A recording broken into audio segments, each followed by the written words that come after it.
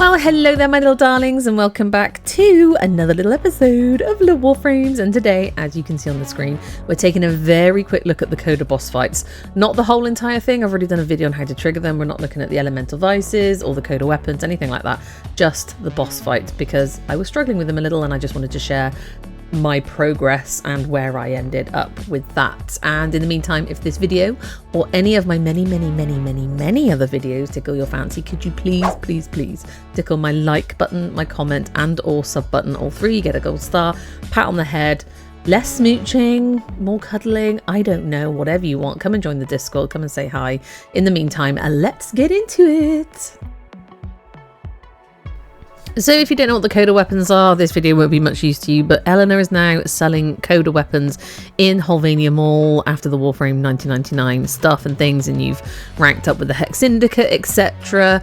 And the Coda weapons are kind of like a Kuvalich weapon and a Tenet Sister weapon, and the Tenet weapons you can buy from Ergo-Glast at the relay for corrupted hollow keys, but you're going to trade in bleeding heartstrings, I believe. Or it could be live heartstrings, actually. And you get them from taking on the Coda bosses. And that is a whole separate video, so go and check that out. So the first Warframe I took and used in one of these fights was Dante. You can see that in the Technocyte Coda guide video I did. He did go down like a sack of spuds, but he succeeded in the end. And I think it was partly to do with picking up the debuff, which we'll go over in a moment, or the double damage or whatever's. And that was just due to a lack of knowledge. But the second Warframe I took was Hildryn Prime, and she did really well. The first one that I did with her, she absolutely blazed through it. And just so you know, her first ability I switched out for Nezza's Firewalker, because that helps strip armor as well, and I think it just, the heat damage makes the enemies flail around and kind of pause in their attack to you. So this is my Hildryn Prime build. I just wanted to briefly show you. She doesn't have any Archon shards in her at all, so let's not worry about that. And I'm just going to show you my primary weapon here, because it's the Tenet Glaxian. I got that from doing a Tenet Sister, and this is my build for it. This weapon comes with me on all of the fights you're about to see. I'm just going to show you the end boss fights with a few different Warframes and tell you how I got on and what I've learned as I've gone. So here you go, have a little look at that, see what you think. It's brilliant because it doesn't always kill the enemies. I mean, a lot of the time it does, but it slows them down, which really helps me get my headshots for my Latum to Incarnate. And this is my Latum Incarnate. I called it Lone Wolf. I actually have two Latums, and I call them Latum Incarnate because they're Incarnate weapons. I don't know if that's the right word for it. Just showing you the Incarnate evolutions that I chose as we go, and then I'll show you the build. And then I have a second Latum because I was going to trial a different evolution path, which I don't know if I actually did, or whether I fiddled with it, and I ended up calling it Dracaris because it's a heat-based damage Latum Incarnate, which actually, when I switched to it, kind of killed the tech rot quicker. So here is my mod configuration for this weapon. Feel free to pause and have a little look-see. And then next up we have the Aminata, the melee. I don't really use it much. I mean, I'm using it more. I kind of like this. I like a polearm or whatever it is, the big long staff weapons. And this is my build for that, and it does okay actually. And then the companion I took with Hildryn was my Adaza Kavat. This was the mod configuration for that. As you can see, the shields are incredibly high because it's linked to Hildryn, and she has incredibly high shields, if you didn't know. And I didn't mention about Hildryn, she doesn't require energy, so her shields are her energy, hence why it's good to mod her so she's got high shields, because you've got endless kind of energy. And also to regenerate your shields really quickly is very important, and those were the Adaza claws. Now straight into the boss fight. I'm going to skip through a little bit because what I want to show you really is that we need to be avoiding these lights, the flames on the floor. We need to be jumping over them, boogie woogieing, as the devs have said. Avoid all the lights and you won't get the debuff or the double damage debuff that you're going to take. So what happens, you have this first stage where you've got all these lights. As you can see, I got hit by them, and I got hit by magnetic damage and something else.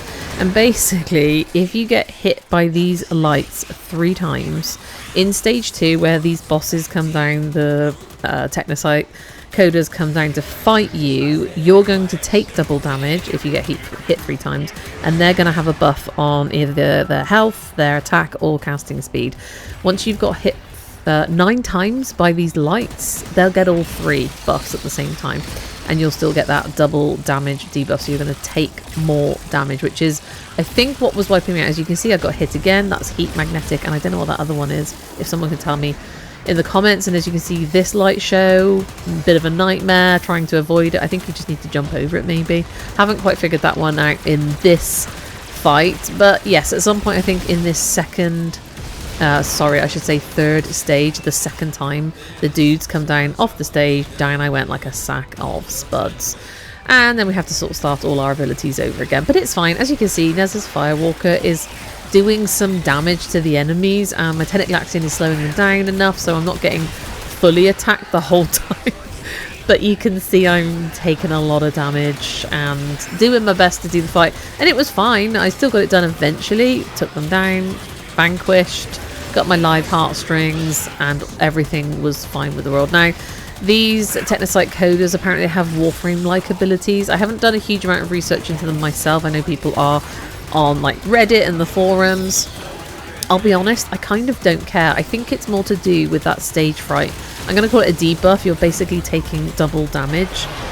So really, the thing that I learned throughout this whole thing was to try to avoid those lights, and this is me finally vanquishing my Technocyte Coda, and it didn't actually take a huge amount of time, to be fair. Anyway, let's move on to the next Warframe, because I was like, well, Hildryn went down, so now I want to try someone else.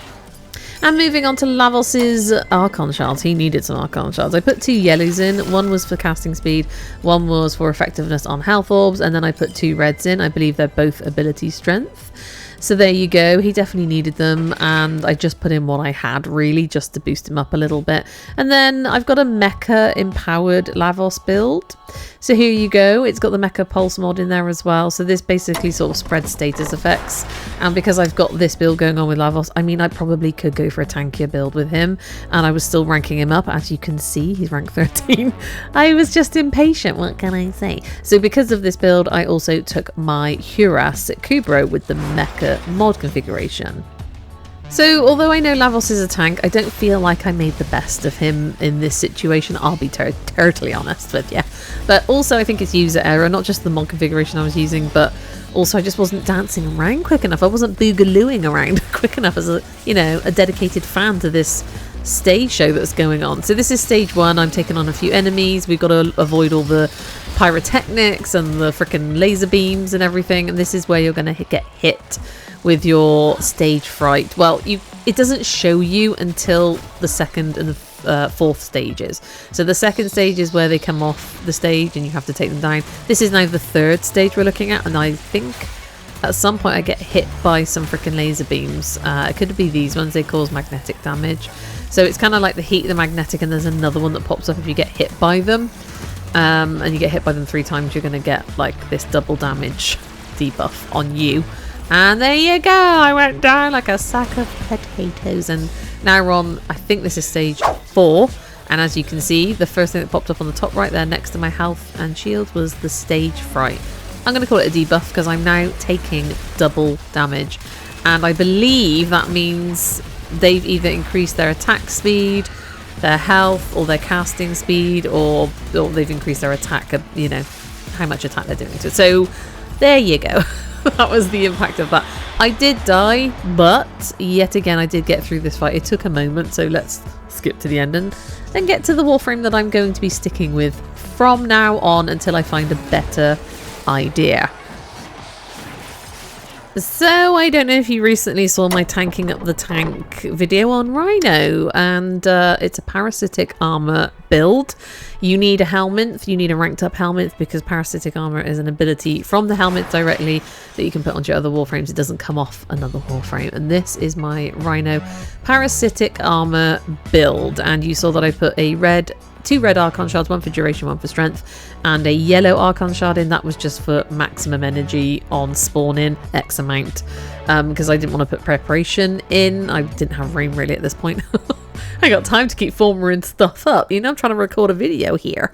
So this is my Rhino build, and we've put parasitic armor on his 4th ability. So go and watch the tanking up the tank video. Essentially, you pop parasitic armor, you Rhino charge into as many enemies as you can, and then whilst parasitic armor is running and you've just charged into a ton of enemies, you then pop his 2nd ability, the Iron Skin.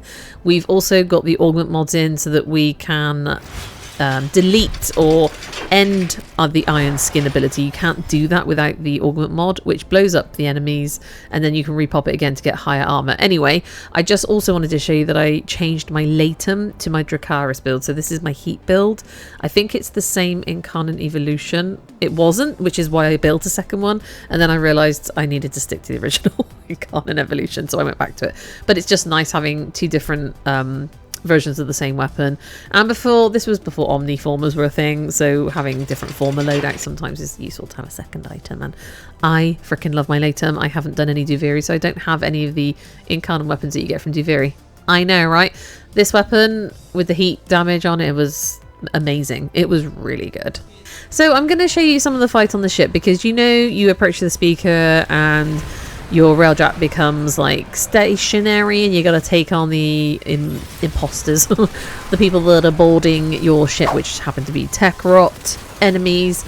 This is where, as you can see, I just pumped up Rhino's Overguard to just under 400,000.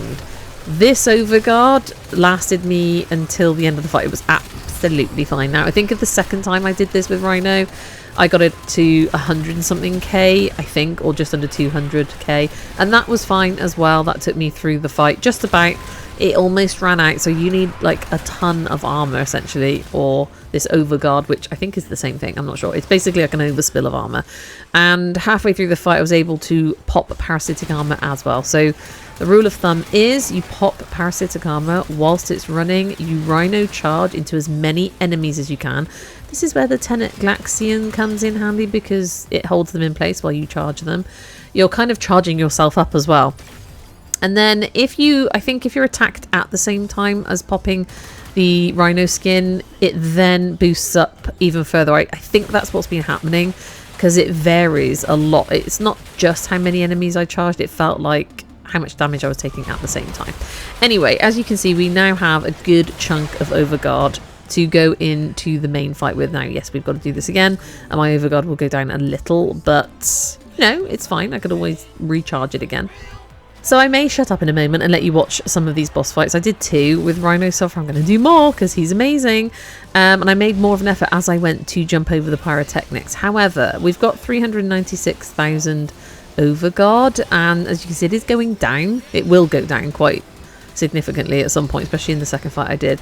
But I felt like there was, on the second fight I did, I actually noticed that the laser beams went through us and didn't give us any status effects. We didn't get any heat or magnetic, nothing.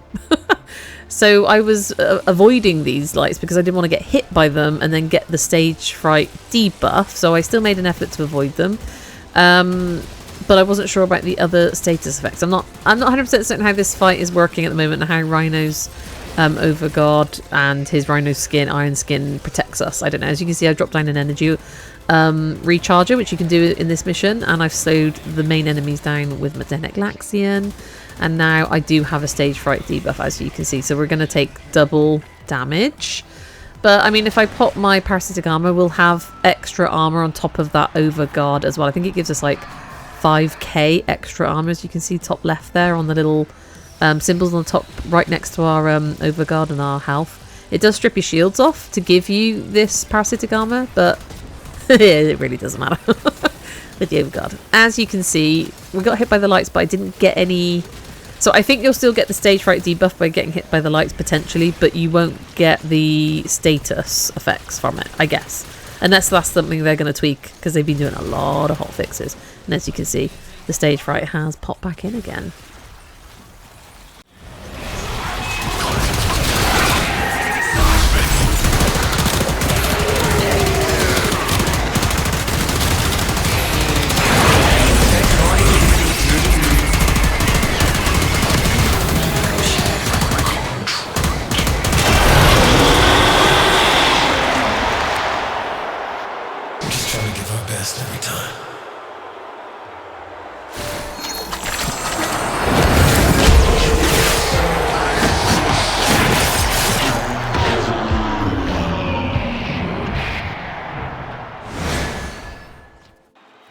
And this is actually the second fight that I went to, and I haven't actually taken on all the different types of Technocyte Coda enemies, so I'm not sure if any of them are harder than the others. I've taken on 3 different ones. I think it's hard drive, drill bit, and DJ ROM.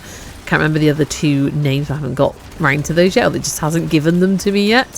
And as you can see, we went in with a lot less Overguard, like 100k less. I just couldn't get it to pop as high when I was on the ship, but it's fine. I thought, well, we'll see how it goes.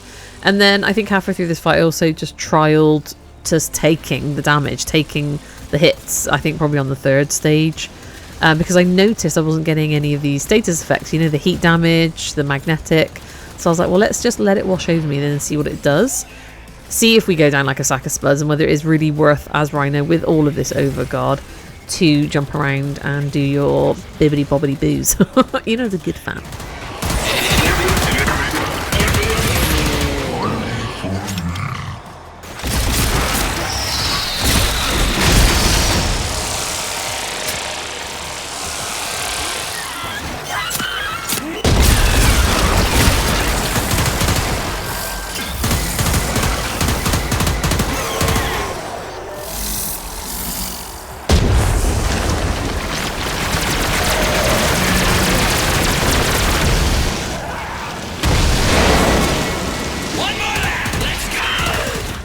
So I don't know if you saw it, but I purposefully stood still to take like the pyrotechnics, as many as I could at that point, and the light shows, the freaking laser beams. And as you may have seen, my Overguard went straight down to 97k. I just wanted to trial it. I just wanted to see how much damage can Rhino take with... I'm not even at his max Overguard to come into this second fight. I just wanted to test the limits. And as you can see, he was fine. The enemies themselves don't seem to be doing a huge amount of damage to us. I don't know if that's because I've managed to slow them down with my Tenet Glaxian. But from going from the stage 3 pyrotechnics light show and where our Overguard went down into the main fight, our Overguard didn't go down much more, it didn't diminish much more from the Technocyte Coda fight, if you get what I'm saying. So that's what I've been trying to teach myself without looking on the internet, the dynamics of this fight and the relationship between my Warframes and what they're doing to me. And I've actually got one of the Technocyte Coda ephemeras on right now on my Rhino. Isn't it fetching? I'm having a whale of time. I've done about 7 or 8 now. I know people have been blazing through them. I've just been collecting my live heartstrings because I didn't want to buy any more of the ones that were up for sale this week. So I'm going to have a look. I really want a Synapse. I've got the Motivore and the dual pistol one. I can't remember the name of it. And I've got a Sporothrix. I haven't ranked any of them up properly yet. So I'm going to save that for a whole another day. But there you go. I just thought I'd share with you my Rhino build. If you're struggling to stay alive, let me know who you're taking. You know, everyone's got their little niche Warframes and their builds that protect them.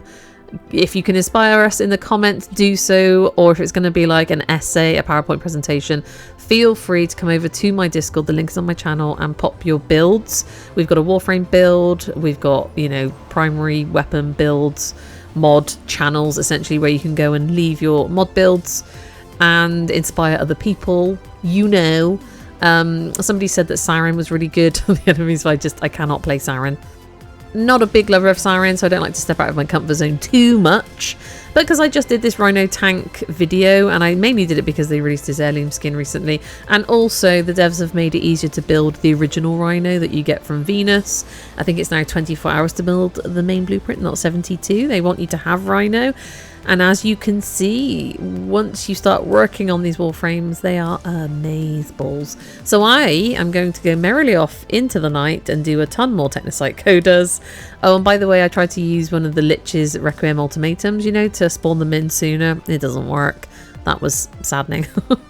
And on this occasion, I got an emote, and I keep getting posters, and I've been getting floofs and a ton of ephemeras, and obviously these live heartstrings that you can then use to go and buy the Coda weapon of your choice that is available from Eleanor, and they are on I think it's a weekly cycle now, with different types of elemental base damage, which the Elemental Vice will then sort out for you. If you have 50k in standing lurking around, you can just buy that Elemental Vice, and I'm going to show you in a separate video me using that to change the base stats on a slightly different weapon. So we'll get into those in separate videos. In the meantime, my darlings, let me know what you think of the 1999 content, the Technocyte Codas. If you're struggling, please don't be shy. Come and join the Discord. You're more than welcome. There are a lot of people lurking around there, newer members of the Warframe community, experienced members. There are people playing all sorts of other games. It's not just Warframe, and I don't just play Warframe, go and check my channel out. I'm currently doing a Days Gone and Red Dead Redemption 2 playthrough. I know, among other things. And I've put my face in the video so we can connect. Yeah, lucky you. Anyway, my darlings, let me know where you're at. And in the meantime, thank you so much for watching. I really do hope to see you again in the next one, no matter what it may be. But in the meantime, you take care now and goodbye.